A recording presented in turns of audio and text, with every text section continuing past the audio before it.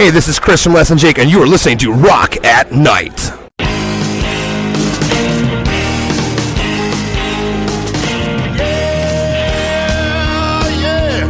Are you ready?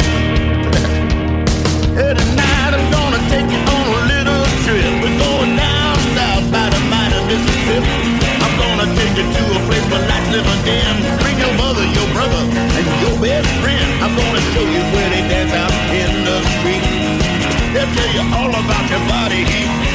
Not gonna talk about it, just gonna do it. Get on down if you feel up good. Get on down. This is Charisse with Rock at Night, and I am speaking with... Less Than Jake guys. Hi, I'm JR. And Roger. I'm Chris, and we're here with Charisse from Rock at Night, based out of Tampa, Florida, but worldwide in the UK, France, Germany, Canada, Australia, UK. I said that. Canada, I said that.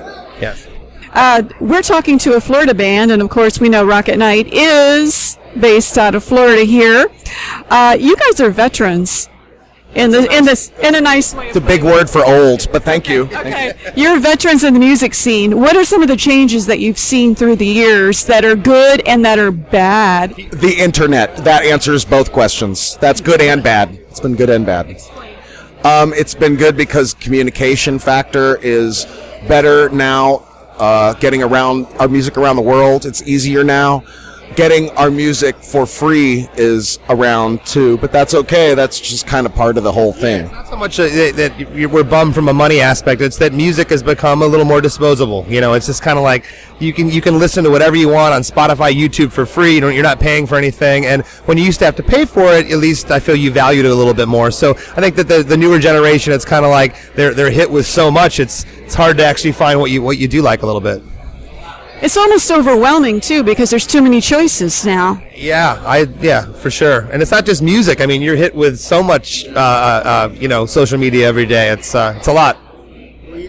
Years ago, competition between bands was just bands, but now you're competing against hockey games and baseball games and wrestling events, and you know what I mean? It's entertainment dollar versus just music dollar. They have all those things, but now they're all in one place at the exact same time. They weren't so.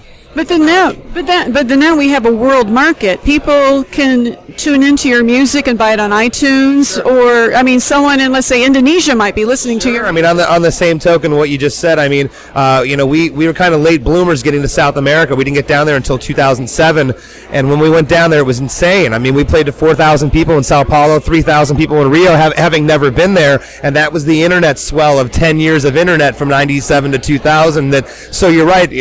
So it works. It works good in both ways. The fans in South America, they're pretty appreciative. I used to live in Venezuela, so they do love music. What are some of the most grateful fans or the nicest fans? Who are they? I would say Japan. For some reason, we just have a certain connection with fans there, and they are so energetic and respectful and just kind of going completely insane. And then when the songs stop, Japanese fans are completely silent and very polite and just trying to hear what you're going to say so they can understand your English and know what you're trying to say to them. And it's one of the few places that we've ever had, fans waiting at the train station for us to sign stuff, and fans figuring out what hotel we're going to be at so they can show up and give us gifts and stuff like that. So that would definitely be number one on my list of you can really feel the appreciation for us there. Fans in the U.S., how do they differ here? I mean, here probably they're there with their cell phones and text messaging. Do they do that? That's kind of everywhere now. But what was the second half of that you were going to say? No, fans here are great.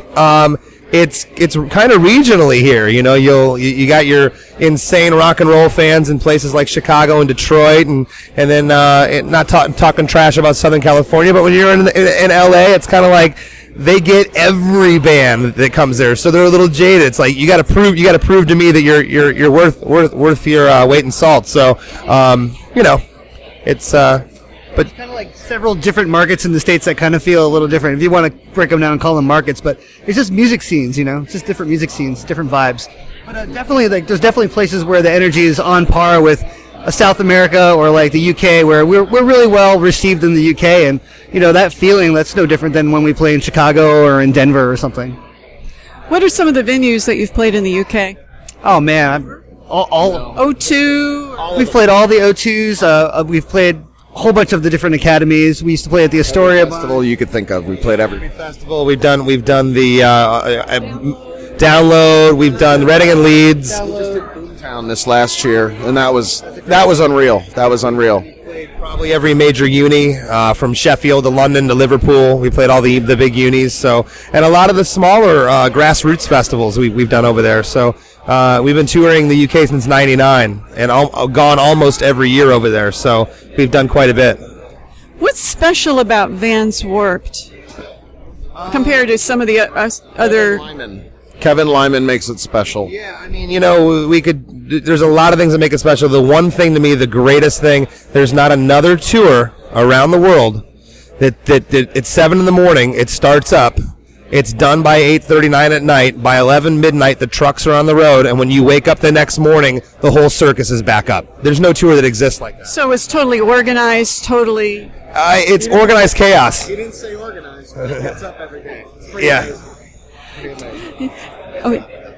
Oh, okay. Sorry. One more The question. younger, cuter bands need to talk to. Yeah, I know. Translation.